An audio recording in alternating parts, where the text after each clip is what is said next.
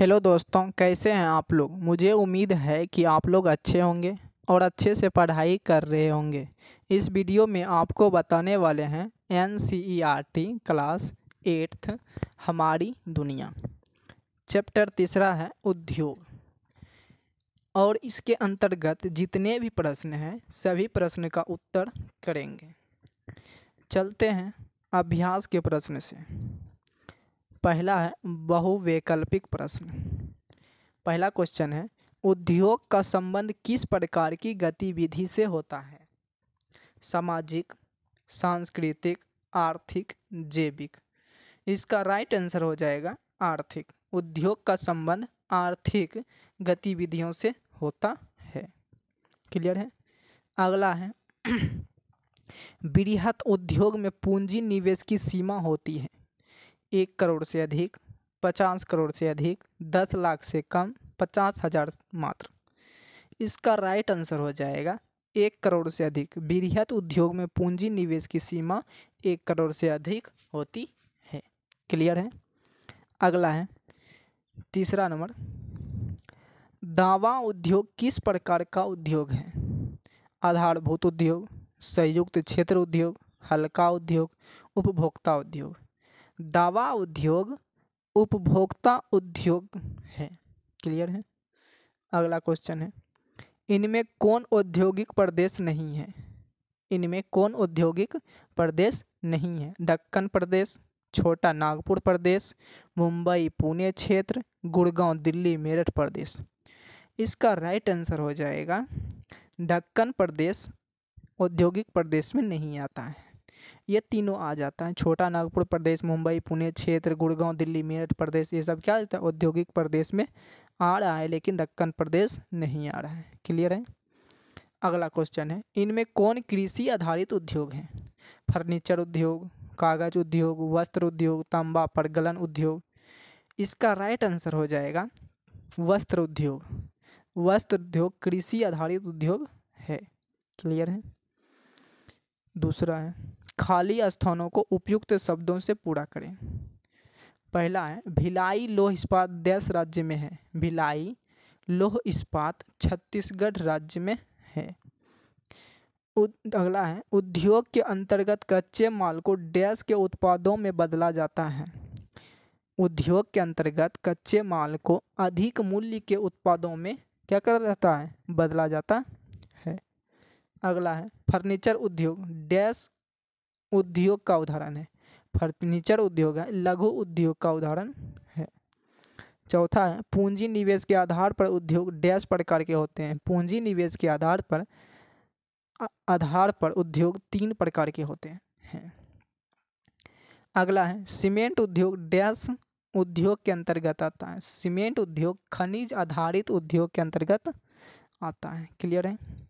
अगला है 3 में, निम्नलिखित प्रश्नों के उत्तर दें अधिकतम 50 शब्दों में। पहला प्रश्न है, उद्योग से क्या समझते हैं? इसका उत्तर हो जाएगा कच्चे माल को अधिक मूल्य के उत्पादों के रूप में परिवर्तित किया जाना ही क्या है? उद्योग कहता है। क्लियर है। अगला है दूसरा, लघु एवं बृहत उद्योग के बीच अंतर कीजिए। इसका उत्तर हो जाएगा लघु एवं बृहत उद्योग के बीच निम्नलिखित अंतर है। लघु उद्योग, पहला है, लघु उद्योग में पूंजी निवेश की सीमा करोड़ों से कम होती है। क्या होती? करोड़ों से कम होती है। दूसरा है, उत्पादों का निर्माण छोटी मशीनों द्वारा होता है। बृहत उद्योग, बृहत उद्योग में पूंजी निवेश की सीमा करोड़ों से अधिक होती है। दूसरा, उत्पादों का निर्माण बड़े पैमाने पर होता है। करोड़ों से, लघु उद्योग में करोड़ों से कम की होती है पूंजी निवेश। इसमें जो है बृहत उद्योग में करोड़ों से ज़्यादा होता है पूंजी निवेश। क्लियर है। ठीक। अगला है, वन आधारित उद्योगों के 3 उदाहरण दीजिए। उत्तर, कागज उद्योग, औषधि आयुर्वेद निर्माण उद्योग, फर्नीचर उद्योग। क्लियर है।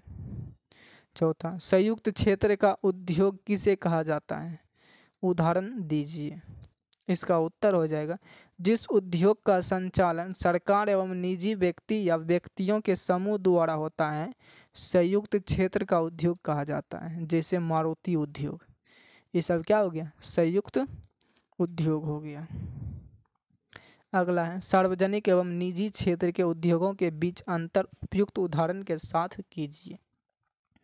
इसका उत्तर हो जाएगा सार्वजनिक क्षेत्र। इन उद्योगों का संचालन पूर्ण रूप से सरकार द्वारा होता है, जैसे सियाल, भेल, रेल कारखाना, आयुध कारखाना आदि। ये सब क्या हो गया? सार्वजनिक क्षेत्र हो गया, क्षेत्र व उद्योग हो गया। निजी क्षेत्र का उद्योग, इस तरह के उद्योग का संचालन निजी व्यक्ति द्वारा या व्यक्तियों के समूहों द्वारा होता है, जैसे टाटा, बजाज, रिलायंस, बिरला आदि। ये सब क्या हो गया? निजी क्षेत्र का उद्योग हो गया। अगला क्वेश्चन है भूमिका के आधार पर उद्योगों का वर्गीकरण प्रस्तुत कीजिए। उत्तर हो जाएगा भूमिका के आधार पर उद्योगों को दो भागों में बांटा गया है। पहला, आधारभूत उद्योग, जिनके उत्पादों या कच्चे माल पर दूसरे उद्योग निर्भर हैं, उन्हें आधारभूत उद्योग कहते हैं, जैसे लोहा इस्पात, तांबा गलाना, खनिज गलाना इत्यादि। दूसरा है उपभोक्ता उद्योग, वैसा उद्योग जिसमें उत्पादन उपभोक्ताओं को सीधे उपयोग या उपयोग हेतु किया जाता है, जैसे दवा उद्योग, बर्तन उद्योग, टूथपेस्ट, मंजन, श्रृंगार, प्रसाधन उद्योग, कागज उद्योग, रेडीमेड वस्त्र उद्योग आदि। ये सब क्या है? उपभोक्ता उद्योग है। क्लियर है? अगला क्वेश्चन है भार के आधार पर उद्योग कितने प्रकार के होते हैं? उपयुक्त उदाहरण के साथ लिखिए। उत्तर हो जाएगा भार के आधार पर उद्योग दो प्रकार के होते हैं। पहला, भारी उद्योग। भारी उद्योग उन उद्योगों को कहते हैं जिनके उत्पादों का वजन काफ़ी होता है, जैसे लोहा इस्पात, मोटर गाड़ी उद्योग, सीमेंट उद्योग, पोत निर्माण उद्योग इत्यादि। ये सब क्या हो गया? भारी उद्योग हो गया। दूसरा है हल्के उद्योग, वैसे उद्योग जिनमें कम भार वाले कच्चे माल का प्रयोग कर हल्के तैयार माल का उत्पादन किया जाता है, जैसे विद्युतीय उद्योग, घड़ी उद्योग, बल्ब उद्योग, पीतल के बर्तन उद्योग इत्यादि। ये सब क्या है? हल्के उद्योग हैं। अगला क्वेश्चन है और भारत के कुछ प्रमुख औद्योगिक प्रदेशों का उल्लेख कीजिए। इसका उत्तर हो जाएगा भारत के प्रमुख औद्योगिक प्रदेश हैं मुंबई, पुणे क्षेत्र, बंगलौर, चेन्नई, सेलम, अहमदाबाद, बड़ौदा, सूरत क्षेत्र, विशाखापत्तनम, गंटूर औद्योगिक क्षेत्र, गुड़गांव, दिल्ली, मेरठ औद्योगिक प्रदेश और कोल्लम, तिरुवनंतपुरम औद्योगिक प्रदेश, छोटा नागपुर औद्योगिक क्षेत्र एवं हुगली क्षेत्र है। ये सब में भारत का क्या है? प्रमुख औद्योगिक प्रदेशों का है। क्लियर है? प्रदेश है। अगला है निम्नलिखित प्रश्नों के उत्तर अधिकतम 200 शब्दों में। पहला, उद्योग को परिभाषित कीजिए तथा इसका विस्तृत वर्गीकरण प्रस्तुत कीजिए। इसका उत्तर हो जाएगा कच्चे माल को अधिक मूल्य के उत्पादों के रूप में परिवर्तित किया जाना उद्योग है। उद्योगों का वर्गीकरण कच्चे माल के आधार पर, कृषि आधारित उद्योग, खनिज आधारित उद्योग, वन आधारित उद्योग, समुद्र आधारित उद्योग। ये सब क्या हो गया? कच्चे माल के आधार पर ये सब उद्योग हो गया। अब दूसरा है पूंजी निवेश के आधार पर, कुटीर उद्योग, लघु उद्योग, बृहत उद्योग। आप देखो तीसरा है स्वामित्व के आधार पर, निजी क्षेत्र, सार्वजनिक क्षेत्र, संयुक्त क्षेत्र, सहकारी क्षेत्र। ये सब स्वामित्व के आधार पर ये सब क्या हो गया? उद्योग हो गया। चौथा है प्रमुख भूमिका के आधार पर, आधारभूत उद्योग, उपभोक्ता उद्योग। ये हो गया क्या? भूमिका के आधार पर। पांचवा है कच्चे एवं तैयार माल की मात्रा एवं भार के आधार पर, भारी उद्योग, हल्के उद्योग। क्लियर है? चलिए अगला क्वेश्चन है दूसरा, कच्चे माल की प्रकृति के आधार पर उद्योगों का वर्गीकरण उपयुक्त उदाहरण के साथ कीजिए। उत्तर हो जाएगा, कच्चे माल की प्रकृति के आधार पर उद्योग को दो भागों में बांटा गया है। पहला है भारी उद्योग। भारी उद्योग उन उद्योगों को कहते हैं जिनके उत्पादों का वजन काफ़ी होता है, जैसे लोहा इस्पात, मोटर गाड़ी उद्योग, सीमेंट उद्योग, पोत निर्माण उद्योग आदि। हल्के उद्योग, दूसरा है हल्के उद्योग, वैसे उद्योग जिनमें कम भार वाले कच्चे माल का प्रयोग कर हल्के तैयार माल का उत्पादन किया जाता है, जैसे विद्युतीय उद्योग, घड़ी उद्योग, बल्ब उद्योग, पित्तल के बर्तन उद्योग। ये सब चीज़ क्या हो गया, हल्का उद्योग हो गया, कच्चे माल के आधार पर उद्योग हो गया। क्लियर है। अगला क्वेश्चन है, स्वामित्व के आधार पर उद्योग कितने प्रकार के होते हैं, प्रत्येक का उदाहरण भी दीजिए।